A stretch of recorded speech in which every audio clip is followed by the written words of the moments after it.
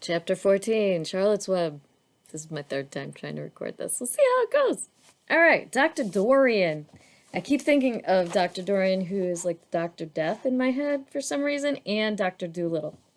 Anyway, the next day was Saturday, and Fern stood at the kitchen sink drying the breakfast dishes as her mother washed them. Mrs. Arable worked silently.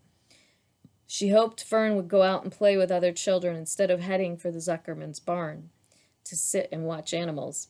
Charlotte is the best storyteller I've ever heard, said Fern, poking her dish towel into a cereal bowl. Fern, said her mother sternly, you must not invent things. You know spiders don't tell stories. Spiders can't talk. Charlotte can, replied Fern. She doesn't talk very loud, but she talks. Well, what kind of story did she tell? Asked Arable. Mrs. Arable. Well, began Fern, she told us about a cousin of hers who caught a fish in her web. Don't you think that's fascinating? Fern, dear, how would a fish get caught in a spider's web, said Mrs. Arable. You know it couldn't happen. You're making this up.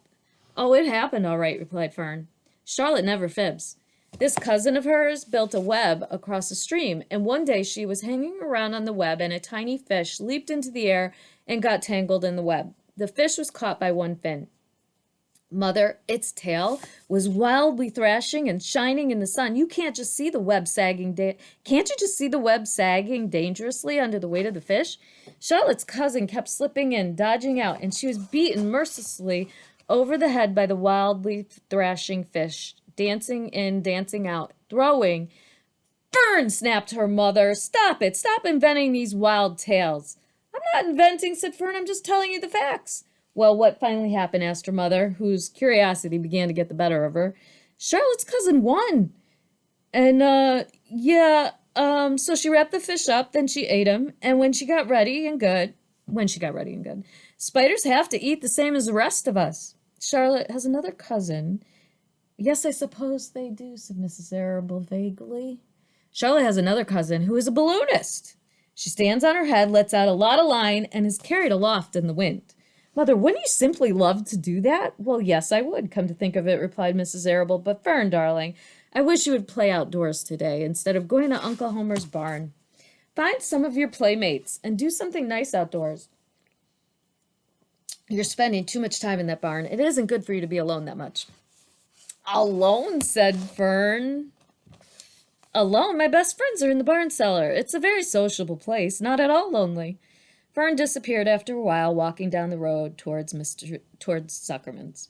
Her mother dusted the sitting room as she worked. She kept thinking about Fern. It didn't seem natural for a little girl to be so interested in animals. Finally, Mrs. Arable made up her mind she would pay a call on Dr. Dorian and ask his advice. She got in the car and drove to his office in the village. Dr. Dorian had a thick beard. He was glad to see Mrs. Arable and gave her a comfortable chair. It's about Fern, she explained. Fern spends entirely too much time in the Zuckerman's barn. It just doesn't seem normal. She sits on a milk stool in a corner of the barn cellar near the pig pen and watches animals hours after hours. She just sits and listens. Dr. Dorian leaned back and closed his eyes. How enchanting, he said. It must be really nice and quiet down there. Homer has some sheep, hasn't he? Yes, said Mrs. Arable, but it all started with that pig we let Fern raise on a bottle. She calls him Wilbur. Homer bought the pig, and ever since it left our place, Fern has been going to her uncle's to be near it. I've been hearing things about that pig, said Dr. Dorian, opening his eyes. They say he's quite a pig. Have you heard about the words that appeared in the spider's web? Asked Mrs. Arable nervously. Yes, replied the doctor. Well, do you understand it? Asked Mrs. Arable. Understand what? Do you understand how there could be any writing in a spider's web? Oh, no, I don't understand it. But for that matter, I don't understand how a spider learned to spin a web in the first place. When the words appeared, everyone said that they were a miracle, but nobody pointed out that the web itself is a miracle. Well, what's miraculous about a spider's web? Said Mrs. Arable. I don't see why you say a web is a miracle. It's just a web. Well, have you ever tried to spin one? Said Dr. Dorian. Mrs. Arable shifted uneasily in her chair. Well, no, she replied, but I can crochet a doily, and I can knit a sock. Sure, said the doctor, but somebody taught you that, didn't they? My mother taught me. Well, who taught a spider? A young spider knows how to spin a web without any instructions from anybody. Don't you regard that as a miracle? I suppose so. said Mrs. Arable. I never looked at it that way before. Still, I don't understand how those words got into the web. I don't understand it, and I don't like what I can't understand. Well, none of us do, said Dr. Dorian, sighing. I'm a doctor. Doctors are supposed to understand everything, but I don't understand everything, and I don't intend to. Let it worry me. Mrs. Arable fidgeted. Fern says the animals talk to each other. Dr. Dorian, do you believe animals talk? I never heard one say anything.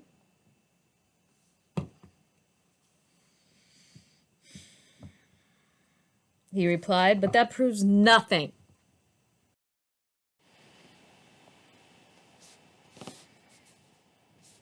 It is quite possible that an animal has spoken civilly to me and that I didn't catch the remark because I wasn't paying attention.